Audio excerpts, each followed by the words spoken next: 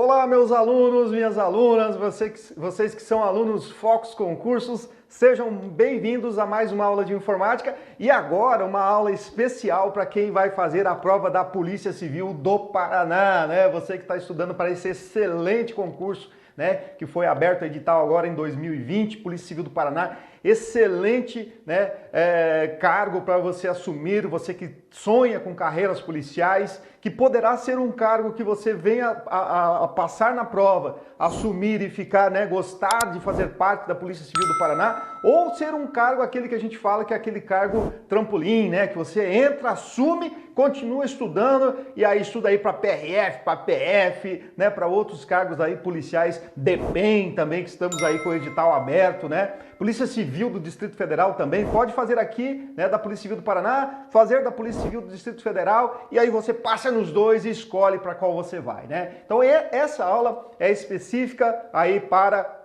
quem vai fazer o Papa Charlie aqui do nosso Paraná, né?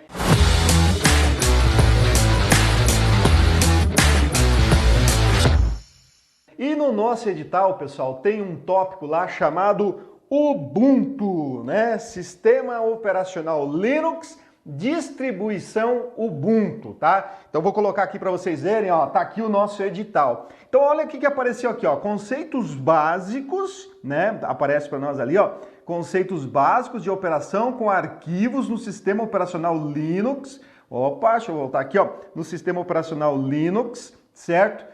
Ubuntu versão 14 ou superior. Então, se está falando versão 14 ou superior, você pode usar 14 até 20, se tiver mais que 20. Tem a versão 20 que eu sei, só não sei se tem alguma versão acima da 20, mas pode ser qualquer uma, não vai fazer diferença para sua prova essa versão. Agora não pode ser versão anterior a 14, tá? Aí pode dar algum chabu aí na sua prova, tá bom? E ainda, aqui embaixo, ó, também fala o seguinte, ó, noções como usuário do sistema operacional Linux, versão Ubuntu, versão 14 ou superior. Então tá aqui, ó, para quem vai fazer a Polícia Civil do Estado do Paraná. Você tem que saber, né, tudo sobre essa distribuição.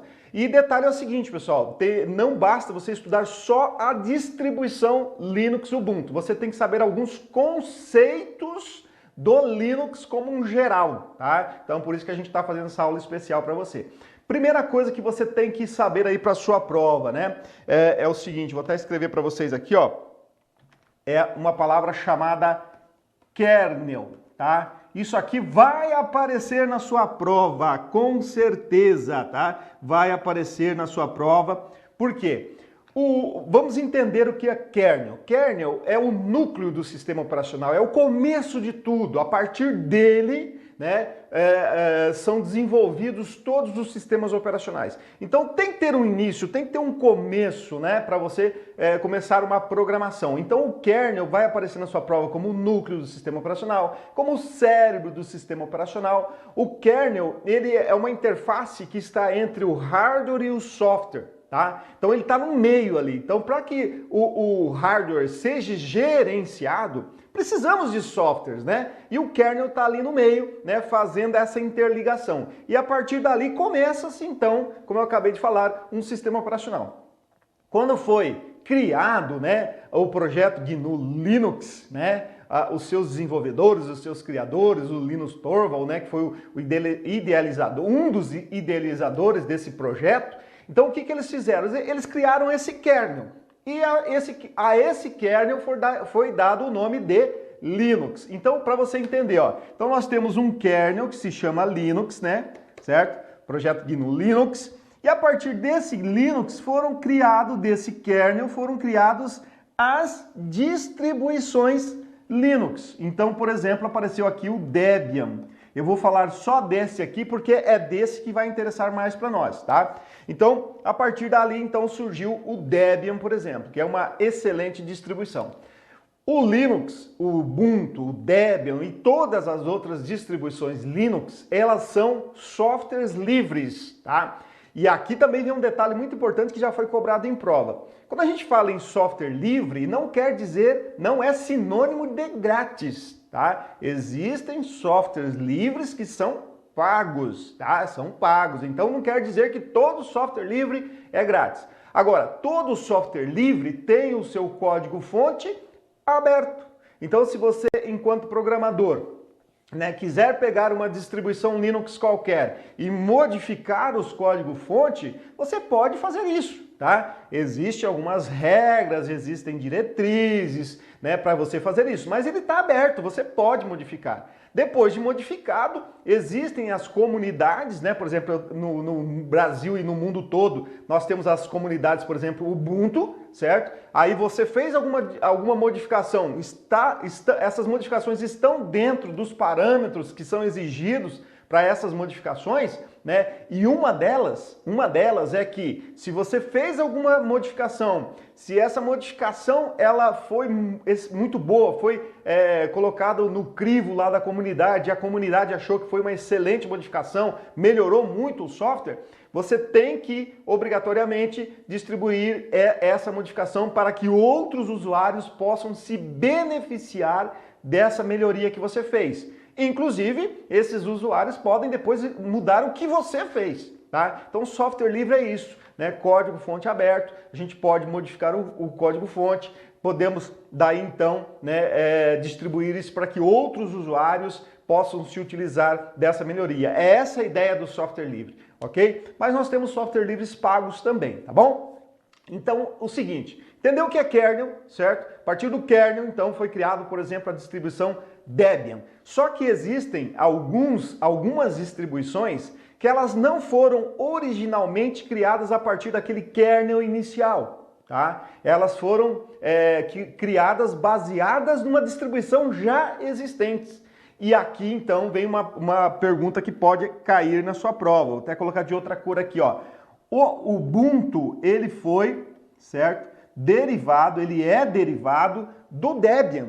Então o Ubuntu não veio aqui do kernel original, né? Não aconteceu aqui do kernel original. Ele é baseado, né? Ele foi criado a partir do Debian. Isso é fundamental para a sua prova. Vai cair uma questão perguntando de qual distribuição o Ubuntu é derivado. Tenha certeza disso, tá bom? Muito bem, vamos continuar. Outra coisa importante, olha só, GNOME, né? Então essa palavrinha aqui, ó, quando a gente tem lá na nossa prova falando de uma distribuição específica, você tem que saber o que é esse GNOME, tá? Então olha só, GNOME é um sistema desktop usado em muitas distribuições como Ubuntu, Debian e outras. O Linux em si é apenas o núcleo. O GNOME é o ambiente gráfico, entenderam? Então olha só, existem todos os sistemas operacionais, atrás dessa parte bonita que você vê aí na tela do seu computador, ele tem muitos códigos, muitas linguagens de texto, lá, né, códigos em formato de texto. Então não é bonito como você vê. Se você olhar essa parte textual, né, você não vai entender nada a princípio. Então, para que o usuário possa usufruir desse benefício do sistema operacional, tem então o ambiente gráfico, que é a tela, aquela parte bonita que você vê. No caso das distribuições Linux, existem, por exemplo, o GNOME, o KDE, né? São as duas principais aí, os dois principais gerenciadores de interface gráfica. O que você precisa gravar para sua prova, meu querido aluno? Que no Ubuntu, o gerenciador de interface gráfica se chama GNOME, tá? Então esse é o nome, você precisa guardar isso. Olha só, isso aqui, ó, tá vendo? Isso aqui é uma tela, né, que eu dei um print aqui de um computador instalado, o Ubuntu 18, ó, tá aqui, ó, 18.4.4, certo? Então isso aqui que você tá vendo, quem tá mostrando isso aqui para você é o GNOME, tá? Então isso é o GNOME. Beleza? Então essa é a primeira coisa que a gente tem que entender ali. Muito bem, então tá aqui a cara do nosso Ubuntu e aqui a gente precisa entender algumas coisas para a nossa prova também. O Ubuntu ele é muito utilizado aí nos órgãos públicos porque ele é muito parecido com o Windows. Então para o usuário ele é muito agradável, né? Ele não é aquele sistema operacional que o usuário é acostumado lá a utilizar muito tempo o Windows 7, de repente ele vê uma distribuição Linux e ele não gosta, porque é muito diferente. Não, o Ubuntu aqui é bem parecido com o Windows, tá? Ele inclusive tem essa ideia para que o usuário goste de utilizar a distribuição, beleza? Então tá aqui, tá? Então essa é a cara dele. Olha só, Dash, né? O que é esse Dash? Percebeu que quando eu estou aqui, ó, eu tenho esta parte aqui na minha tela, ó.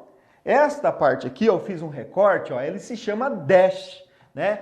É como se a gente falasse o seguinte, sabe a barra de tarefas do Windows 7, do Windows 10 que você tem aí no seu computador, onde você pode fixar lá, por exemplo, o Word, o Excel, né, o Windows Explorer, se for o Windows 10, o Edge, sabe? A barra de tarefas, a ideia é a mesma, só que aqui, ó, ele se chama Dash, né? Então, aqui para sua prova, tem que lembrar desse nomezinho.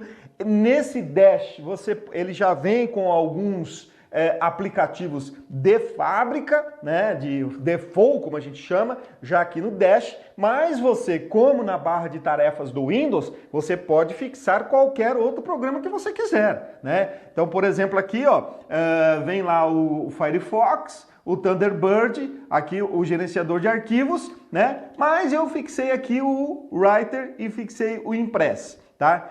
Pode ser que na sua prova, né, tem um detalhe aqui mínimo, mas vocês sabem como são os examinadores, né? São todos coração peludo. Então perceba que de todos esses aplicativos que estão aqui no Dash, tem dois, ó, o Writer e o Impress, que estão com esse pontinho do lado ali.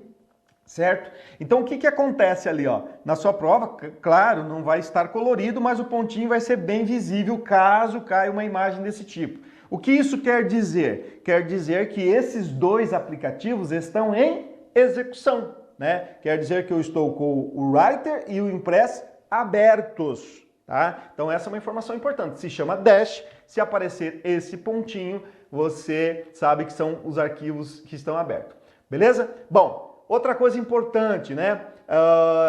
Das diversas configurações que nós temos lá no nosso, na nossa distribuição Ubuntu, e aqui, ó, nesses pontinhos aqui é onde a gente vai acessar os aplicativos e as configurações da nossa distribuição Ubuntu. Tem uma que eu separei para vocês aqui que é bem importante, né? Porque veja só, quando eu estou nas configurações, eu tenho várias opções ali, ó, como Wi-Fi, Bluetooth, plano de fundo, região idioma, privacidade, mas eu separei para falar para vocês nesta aula da parte de rede. Tá? Então, por que é importante? Porque, ó, veja só, a partir da versão 14, né, não vamos falar de versões anteriores, vamos pensar que na prova você está lá com a sua versão específica, né?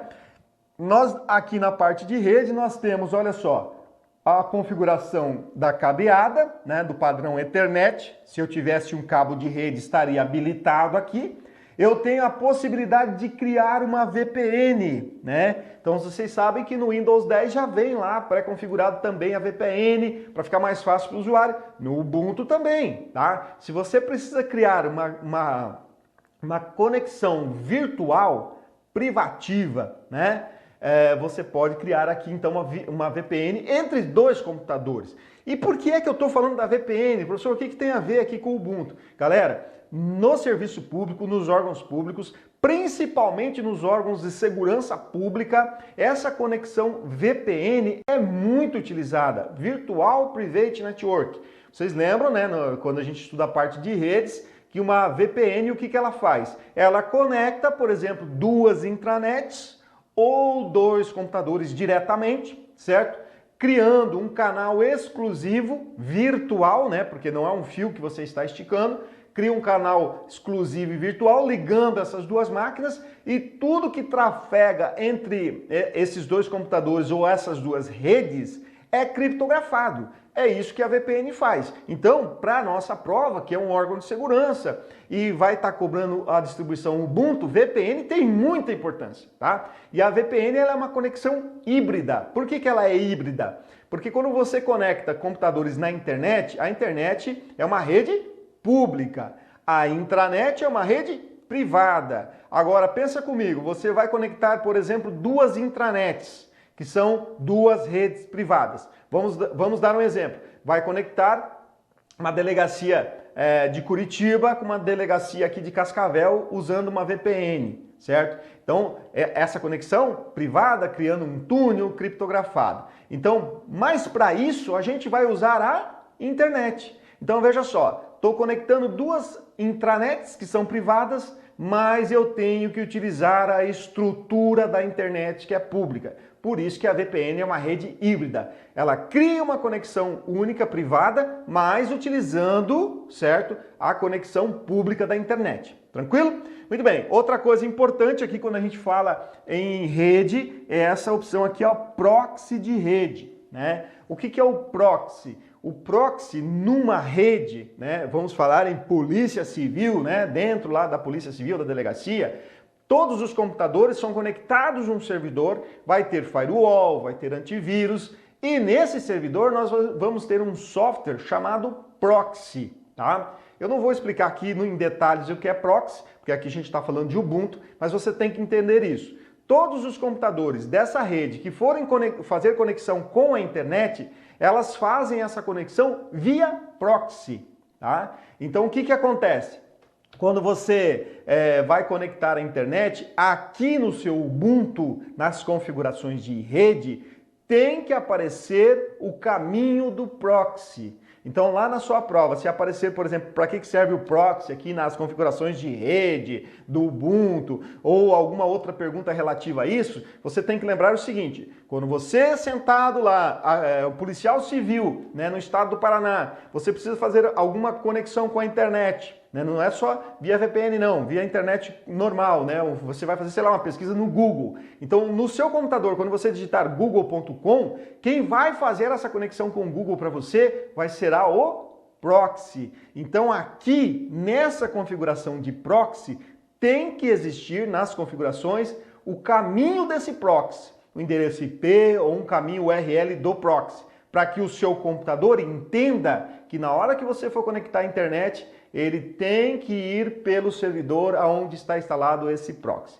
tá bom? Isso é muito importante para a sua prova também, ok? Muito bem. Aqui, ó, nas nossas configurações ainda, né, quando você clica aqui nesse botão, ó, nesses 3 pontinhos, melhor dizendo, esse conjunto de pontinhos ali, né, onde ele diz mostrar aplicativos, nós temos vários aplicativos aqui, certo, que podem aparecer. Mas um dos importantes aqui, ó, é esse Gparted, né? O que esse Gparted faz? É um dos diversos aplicativos que controlam as partições do seu HD, né? Porque você sabe que um HD, ele pode ter diversos tamanhos, 500 GB, melhor dizendo, 1 TB, 2 TB ou HDs maiores. E você pode dividir esse HD em partições. Essas partições são divididas fisicamente. Inclusive no Ubuntu, você sabe, a gente tem lá o nosso swap, né? Que é uma área reservada do seu HD para a memória virtual, certo? Um dos aplicativos que faz isso é esse Gparted, que vem originalmente lá na nossa distribuição Ubuntu. E aí a informação mais importante disso tudo aqui é o seguinte, olha só. Nós temos aqui, ó, algumas informações aqui, ó, tá vendo? Então eu tenho ali, ó, SDA1, SDA2, SDA3. Né? Se caísse na sua prova, né? Veja que eu tenho 1, 2, 3. Se caísse na sua prova agora, ó, quantos HDs estão instalados nesta máquina aqui, né, ao qual aparece essa interfacezinha aqui de gerenciamento de partição? Você ia dizer assim, ó, existe um HD.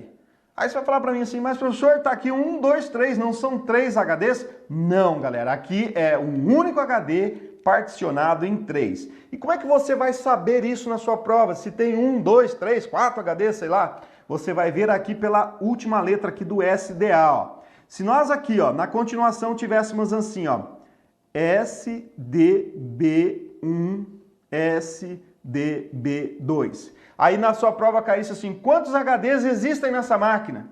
Aí você ia dizer assim, ó, existem 2 HDs. Por quê? Essa última letra aqui, ó, o A e o B, indicam HDs diferentes. Então, ó, no HD aqui com a terminação A, eu tenho 3 partições. No HD com a terminação B, que é um outro HD, eu tenho 2 partições. É isso que vai importar para você, tá? Essa dica também é bem bacana, tá? Tem muita gente que erra isso porque desconhece, não usa o Ubuntu no seu dia a dia. Então, SDA é um HD, SDB é outro HD, SDBC é outro HD. Esse último número é a quantidade de partições, mas é de um único HD, tá bom? Fundamental, né? Não se esqueça disso para a sua prova.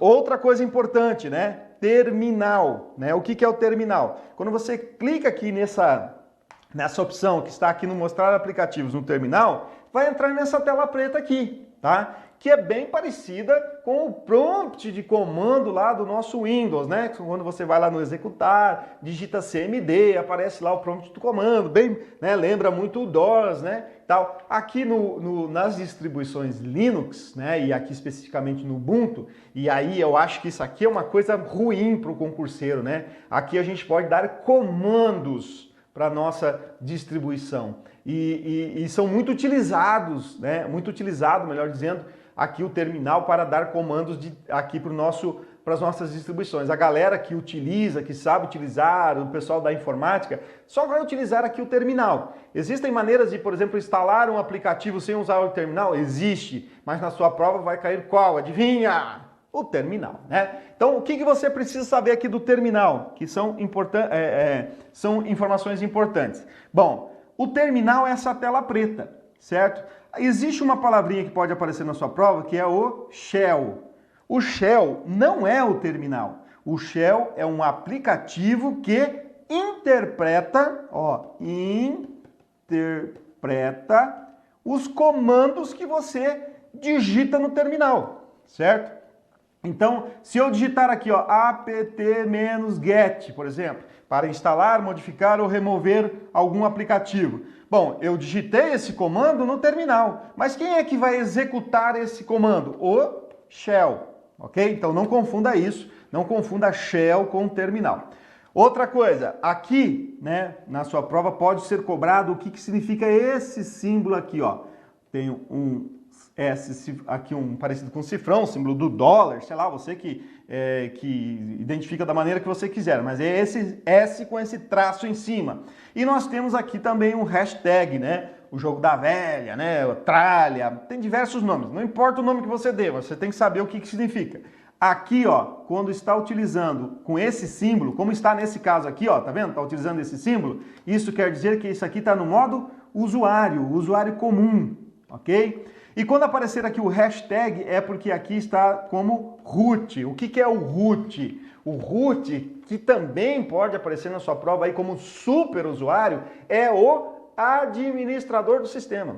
Alguns comandos o usuário pode dar aqui no terminal e serão executados. Comandos mais simples. Mas outros comandos, por exemplo, como instalar um programa, só o administrador poderá fazer, ele vai deixar desse jeito. E aí, para que o administrador possa digitar o comando para ser executado, ele tem que sair aqui do modo usuário e entrar como root, ok? Como super usuário. Então, esses dois símbolozinhos aqui fazem parte da nossa prova, com certeza, tá bom? E isso aqui vai aparecer no modo terminal, né? E aí, pessoal, ó, uma tecla de atalho importante aí para sua prova, tá? Das diversas que a gente tem.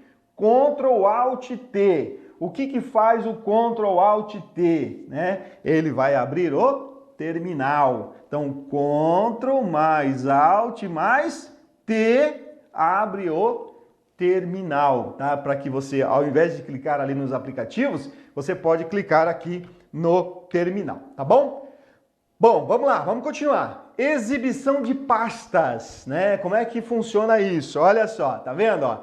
Aqui eu abri, né, os arquivos aqui do computador que eu estava utilizando. Outra coisa fundamental aqui para nossa prova. Nós temos um software, né, em todos os sistemas operacionais, existe um programa, um software, um aplicativo que faz o gerenciamento de arquivos, pastas e diretórios. Se você lembrar lá do Windows 7, a gente tem o Windows Explorer, né? No Windows 10, ele passou a se chamar Explorador de Arquivos. O que ele faz? Ele abre lá as pastinhas amarelas do Windows. Aqui no nosso Ubuntu, na nossa distribuição Ubuntu, nós também temos um programa que faz, né, o gerenciamento de arquivos, pastas e programas. Como é o nome dele? Não se esqueça, Nautilus. Tá? Isso que você está vendo aqui, ó, quem está gerenciando é o Nautilus. É como se fosse o Windows Explorer lá do nosso Windows. Então, ó, GNOME, gerenciador padrão de interface gráfica do Ubuntu. Nautilus, Programa padrão gerenciador de arquivos, pastas de diretórios do Ubuntu, tá? Então veja que aqui, ó, quando eu falei para vocês que isso aqui era bem parecido lá com o nosso Windows, eu não estava mentindo, né? Porque quando você abre aqui o Nautilus, olha só, aparece para mim que área de trabalho, olha aqui, ó, documentos, imagens, músicas e vídeos. Não lembra as bibliotecas lá do nosso Windows? Claro que lembram, né? Aqui a pastinha downloads, tá? Lixeiras e assim por diante. Então, lembre-se aqui que o Nautilus é que faz esse gerenciamento, tá bom? E aqui eu estou colocando aqui de outra maneira, né? Que veja que aqui em cima eu tenho um modo de visualização aqui dos nossos arquivos e pastas. Veja que aqui também, ó, você pode trocar para o modo detalhes, onde tem aqui o tamanho, a data de modificação, a data de criação e assim por diante. Essa lupinha aqui eu posso pesquisar arquivos e pastas aqui no meu Ubuntu, na minha distribuição Ubuntu, usando o nosso Nautilus. Outra coisa, pessoal, aqui no nosso Nautilus, né, vamos colocar aqui, ó, certo?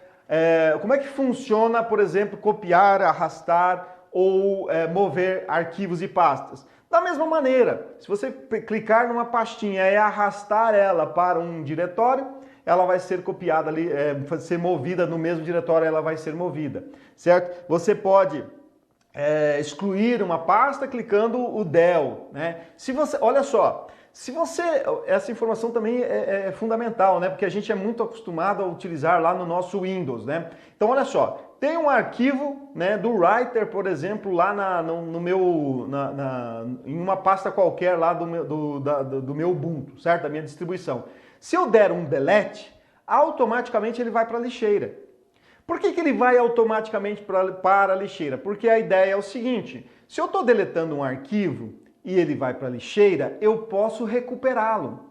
No Ubuntu é a mesma coisa, eu posso recuperar, eu vou lá na lixeira e restauro. Quando eu restaurar, ele vai para o local original. Então olha só, na distribuição Ubuntu eu dei um delete, ele vai automaticamente para a lixeira. Mas aqui eu também posso usar a tecla Shift Delete. Né? Se você lembrar lá do nosso Windows, se eu usar o Shift Delete, o que acontece? O arquivo é deletado permanentemente. Né? Se eu usar o Shift Delete. Aí sim ele vai pedir confirmação. Por que ele vai pedir confirmação? Porque se você der um Shift Delete e ele for deletado permanentemente, não há possibilidade dele ser restaurado.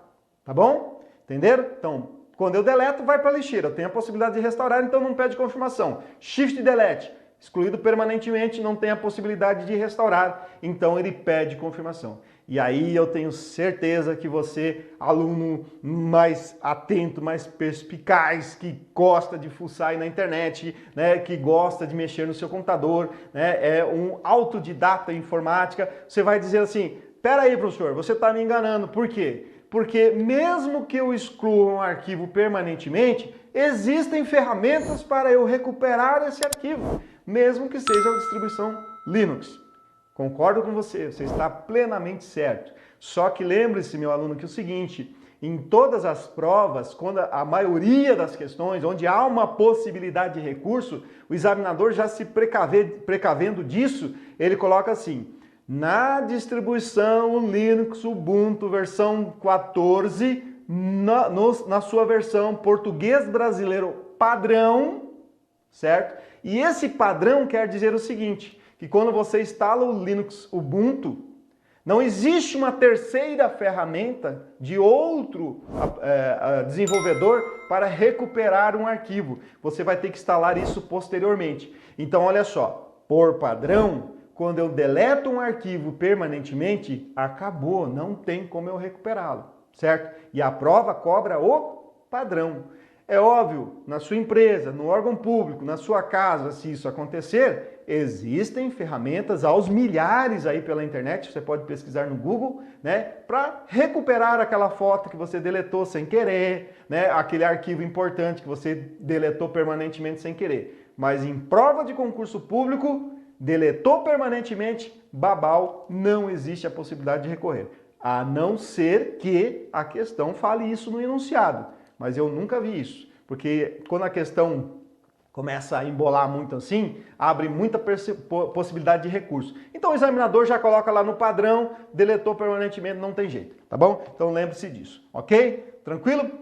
Bom, quando eu tenho um til no final do nome do meu arquivo. O que é esse til? Pessoal, não se preocupe, olha só, aqui eu vou colocar um arquivo assim, ó.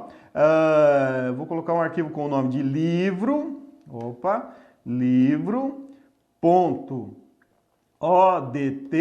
e aí no final o examinador coloca um til, né? E aí normalmente ele vai dizendo o seguinte, que isso aqui é um arquivo temporário, que isso aqui é um arquivo, é um erro, é um arquivo que está corrompido, não é nada disso, tá? Toda vez que aparecer lá na sua prova um arquivo que tem esse til no final, ele quer dizer que são cópias de segurança criadas automaticamente. O sistema, por algum motivo, criou essa cópia de segurança para você não ter possibilidade de perder esse arquivo, e aí ele aparece com um til. Porque vai aparecer o seguinte, ó, vai aparecer assim, por exemplo, um arquivo chamado livro.odt e vai aparecer um outro chamado livro.odt com esse til, tá? E aí o examinador vai tentar jogar para você que está errado, que é arquivo temporário, que é arquivo corrompido. Nada disso, tá? São arquivos cópias de seguranças que são criadas automaticamente. Esses arquivos, você pode deletar eles ou não vai fazer diferença na sua máquina, não vai deixar a máquina mais lenta, não vai dar problema, nada disso. Pode deletar ou não, tá? Bom, arquivos ocultos, tá? Para eu ocultar um arquivo na minha distribuição Linux, Ubuntu, basta que eu renomeie, né? Ó, eu tenho um arquivo chamado livro.ods do Calc. Eu quero tornar esse arquivo oculto. Como é que eu posso fazer isso? Dou um F2, né, para habilitar a possibilidade de renomear ou botão direito do mouse e renomeio ele e coloco um ponto aqui, ó, tá? Fazendo isso, o arquivo já se torna oculto, tá bom? Para que eu possa visualizar ou ocultar arquivos, eu vou usar a tecla de atalho Ctrl H. Agora é o seguinte, ó, não é só pela renomeando com um ponto, tá? Veja que aqui, ó, no nosso Nautilus, aqui nas nossas configurações de pastas, arquivos e diretórios, eu posso clicar em cima de um arquivo. Digamos que aqui eu tivesse um arquivo, vamos botar aqui, ó, livro.odt, né? Bastaria que eu colocasse, né, aqui em cima desse arquivo, selecionasse ele e olha aqui, ó, mostrar arquivos ocultos, ou poderia ocultá-lo, tá? Não é só pelo ponto, existem outras maneiras, tá bom? Então, para você não esquecer disso, tá bom?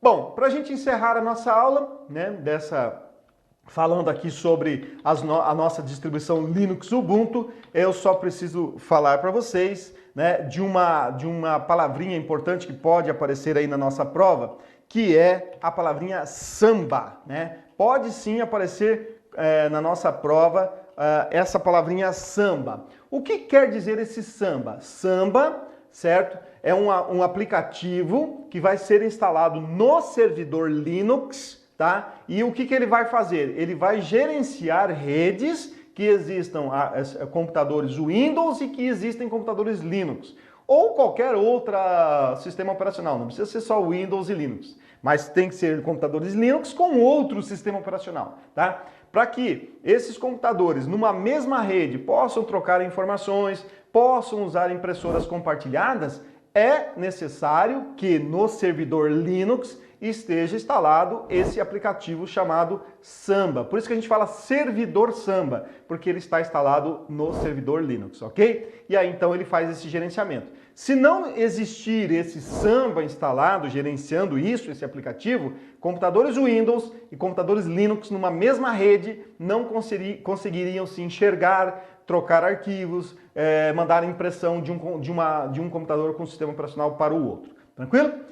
Então, beleza? Grandes informações aí para você que vai fazer a prova da Polícia Civil do Estado do Paraná. Olha que símbolo lindo, né? Então você que está se preparando para a prova, acabei de falar aqui para vocês uma parte importante, né, do que pode cair na sua prova sobre essa distribuição Linux Ubuntu, ok? Bons estudos, fiquem com Deus e até o nosso próximo encontro.